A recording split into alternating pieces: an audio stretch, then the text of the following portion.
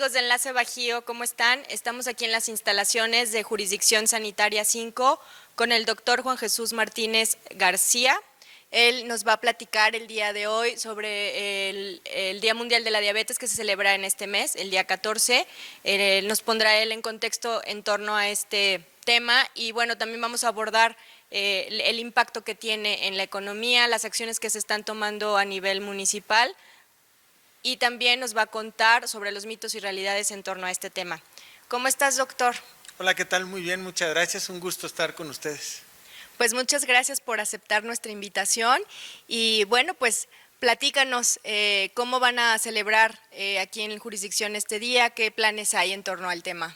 Bueno, mira, primero poner un poquito de contexto, la conmemoración del Día Mundial de la Diabetes es una conmemoración que prácticamente cumple pues 100 años básicamente. Es una celebración, una conmemoración que se da particularmente por una decisión que toma de inicio la ONU con la Organización Mundial de la Salud y a su vez la Asociación Internacional de la Lucha contra la Diabetes.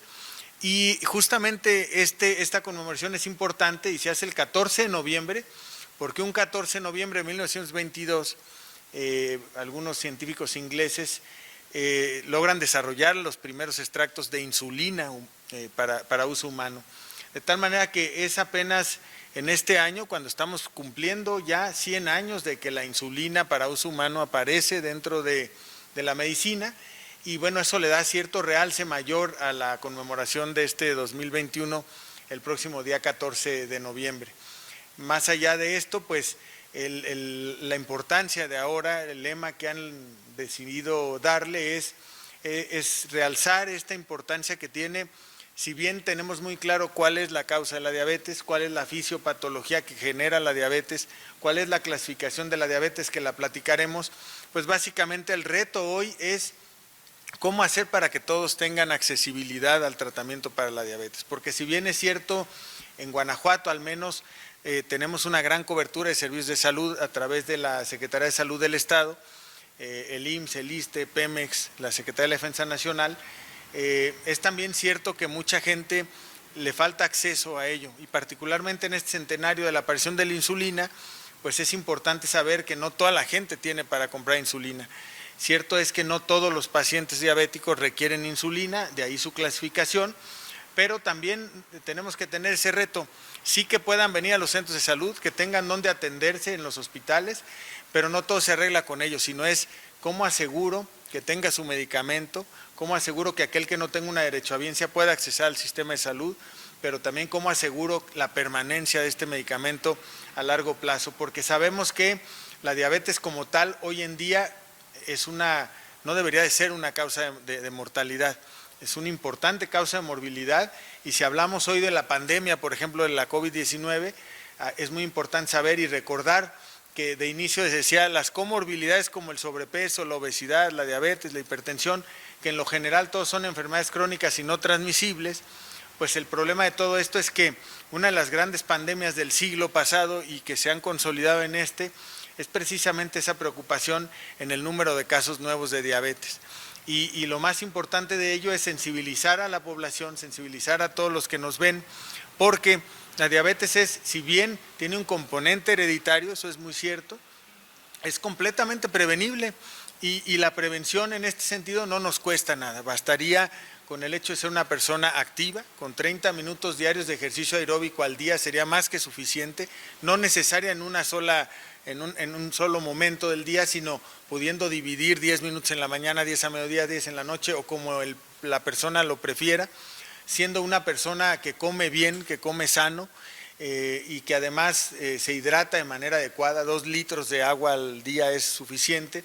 Y bueno, aquí yo pongo a su disposición de consulta, y más ahora con el internet y en cualquiera de las unidades médicas, pueden platicar con usted acerca de lo que es el plato del bien comer y la jarra del buen beber, para que esto pueda ser una realidad.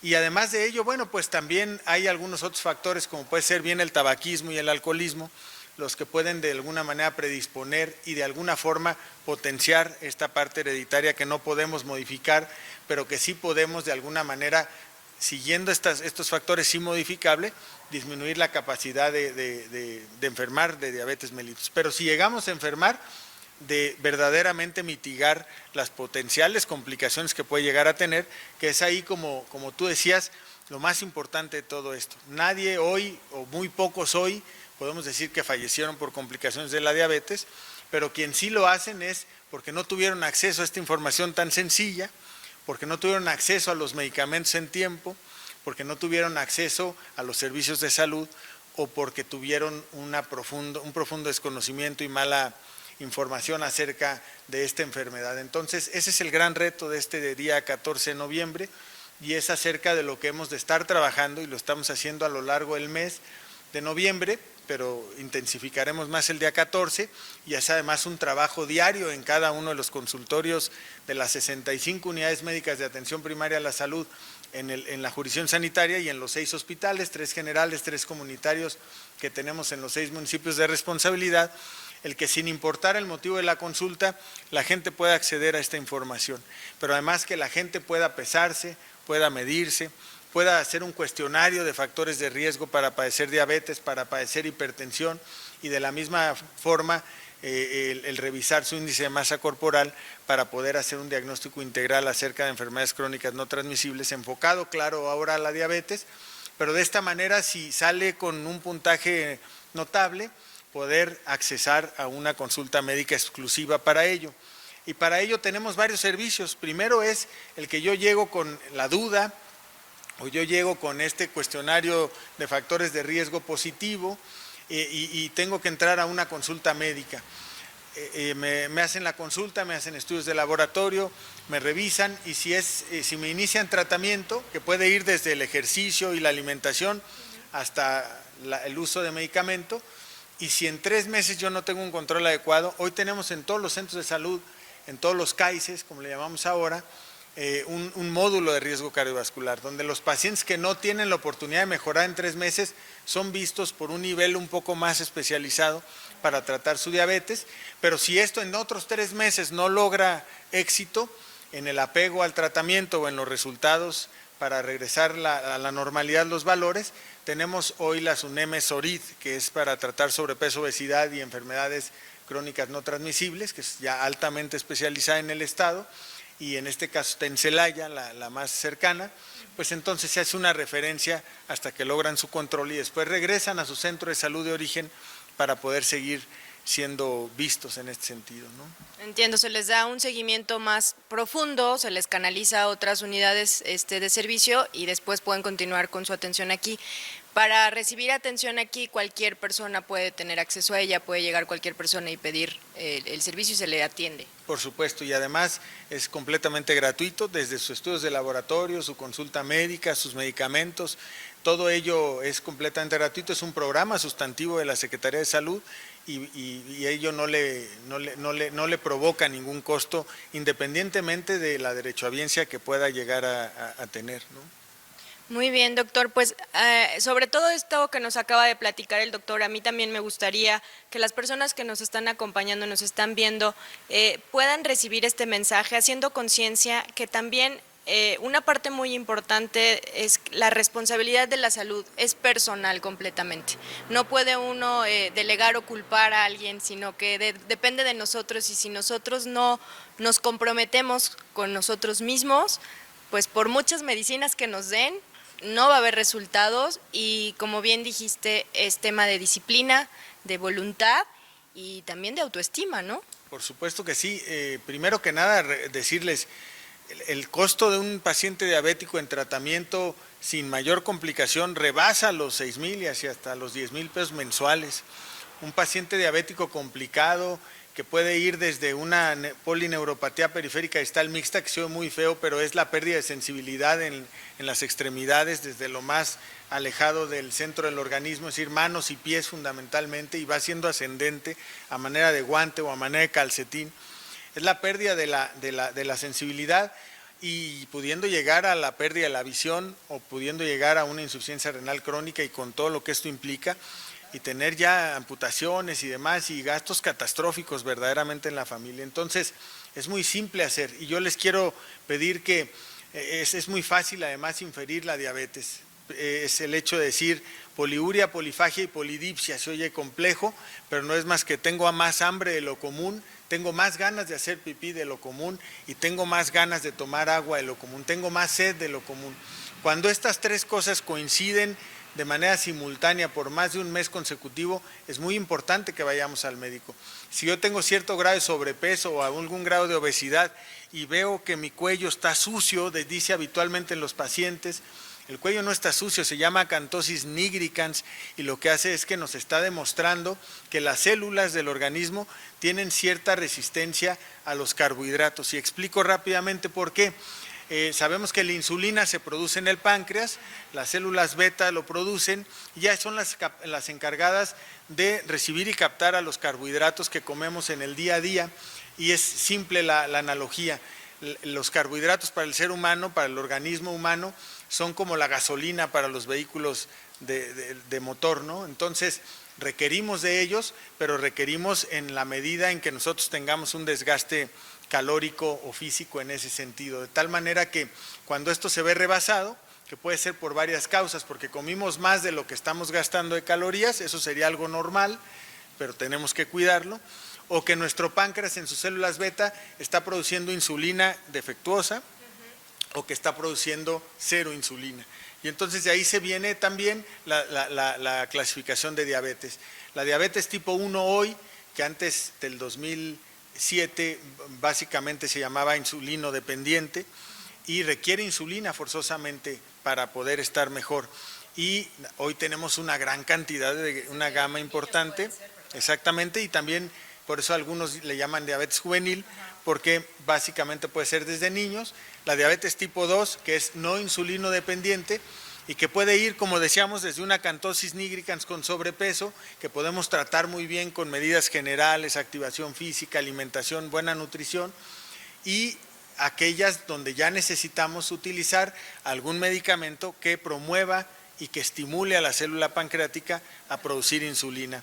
De tal manera que esta es la manera en que podemos determinar cómo es que yo puedo pensar que tengo diabetes para acudir al médico, y ahí me harán algunos estudios además para poderlo comprobar y de esta manera definir, de acuerdo a la reserva pancreática calculada, cuál es el tipo de medicamento que debo usar o cuál es la dosis de medicamento que debo usar, ¿no? Doctor, y en el caso de la diabetes gestacional, ¿ahí qué sucede? Esta es la tercera parte de la clasificación, es justamente la misma fisiopatología. Habitualmente hay cierta tendencia hereditaria también, pero también quiere decir que durante el embarazo pudo haber sido que no hayamos tenido una adecuada asesoría nutricional a lo largo del embarazo. Y por eso es tan importante la consejería preconcepcional, es decir, quiero embarazarme, voy al médico y de la misma manera me aseguro de que el médico me acompañe desde la decisión de pareja de tener un hijo, de embarazarse, y evidentemente durante el control prenatal en los siguientes 9 meses y hasta la resolución del mismo 42 días posteriores, que sería el puerperio. Entonces, esta parte es muy importante. La mayoría de las diabetes gestacionales suelen permanecer ya de por vida y hay que tratarlas. No se cura. No siempre se cura. En algunos casos es refractaria, pero son mínimos los casos en que esto sucede. Habitualmente lo que faltaba era un detonante, y habitualmente las hormonas femeninas propias del embarazo, sobre todo el estrógeno, puede ser uno de esos detonantes que el gen o la parte hereditaria estaba esperando justamente para detonar. Y si además hubo un mal control prenatal, hubo una mala consejería preconcepcional y un mal tratamiento del puerperio, pudiera ser que permanezca por siempre. Muy bien. Pues ahora sí que son temas de nuestra vida diaria. Realmente una parte muy importante aquí es el tema de la alimentación, como bien lo comentaba el doctor. Hace rato comentabas el tema de los carbohidratos y creo que es interesante también comentar qué tipo de carbohidratos, ¿no? Porque es muy diferente que te comas una fruta, una manzana o un plato de verduras a que te vayas al Oxxo y te traigas unos cuernitos. Es algo muy importante. Nosotros necesitamos carbohidratos para alimentarnos, para funcionar todos los días. Habitualmente hablamos de la glucosa, que es azúcar como tal, la conocemos todos, pero de acuerdo al grado de refinación que tenga el azúcar, y esto lo vamos notando ordinariamente en la vida común, qué tan blanca esté el azúcar. Entre más blanca y más fina sea un azúcar, es un azúcar habitualmente más refinada.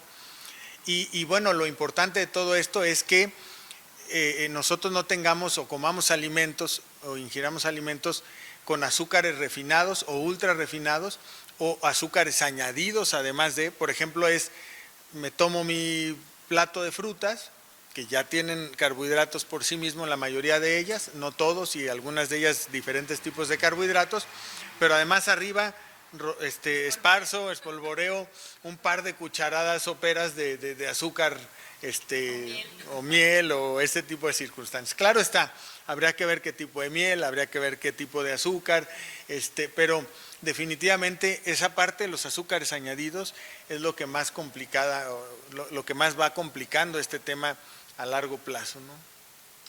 Bueno, pues de nuestra parte es todo, doctor. No sé si haya algún punto que se nos esté escapando que usted quisiera dejar en claro, invitar pues a las personas que nos acompañan a que cualquier duda se acerquen a las diferentes unidades médicas de la Secretaría de Salud. Así es, nada más que no lo dejen a la desidia. Que recuerden poliuria, polifagia, polidipsia, tengo mucha sed, tengo más ganas de hacer pipí que de costumbre y tengo mucha más hambre de costumbre, tengo mi cuello manchado, me tallo pero no se quita lo prietito, dicen, lo percudido, tengan cuidado con eso, acudan a su unidad de salud más cercana, con mucho gusto les vamos a atender. Recordar algo muy importante, como decías, es la salud empieza en casa, no hay otra forma de prevenir y además hacer ejercicio, comer bien, tomar agua a diario. Yo creo que no cuesta, a diferencia de los costos que platicamos en algún momento acerca de lo que implica tener diabetes, ¿no? Y además que se vuelve un triángulo virtuoso de base, el sobrepeso y la obesidad. Y en cada uno de los vértices del triángulo tenemos a la dislipidemia, es decir, la elevación del colesterol y los triglicéridos. Del otro lado, en el otro punto tenemos la hipertensión arterial y en el otro la diabetes mellitus.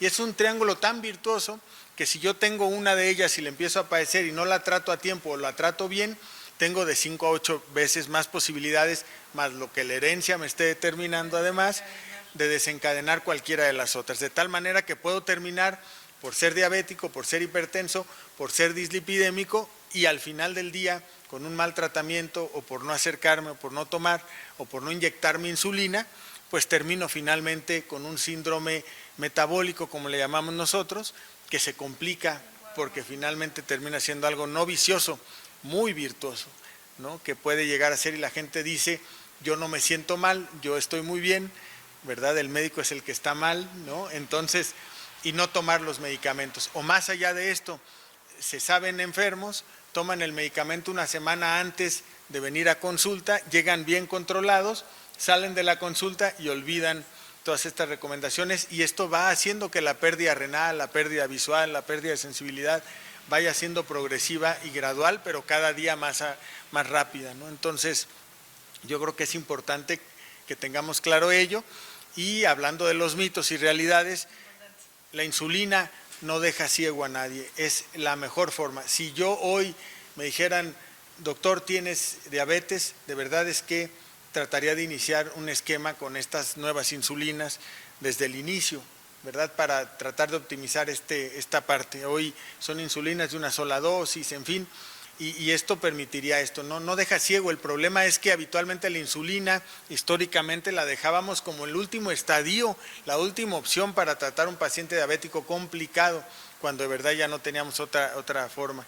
Y el paciente diabético tiende a quedar con ceguera, con insuficiencia renal, y no fue la insulina la que lo hizo, fue que la dimos muy tarde y entonces evidentemente ya estaban instaladas las complicaciones y solamente el tiempo que tienen fue que se manifestaron de manera más franca, ¿no? Muy bien.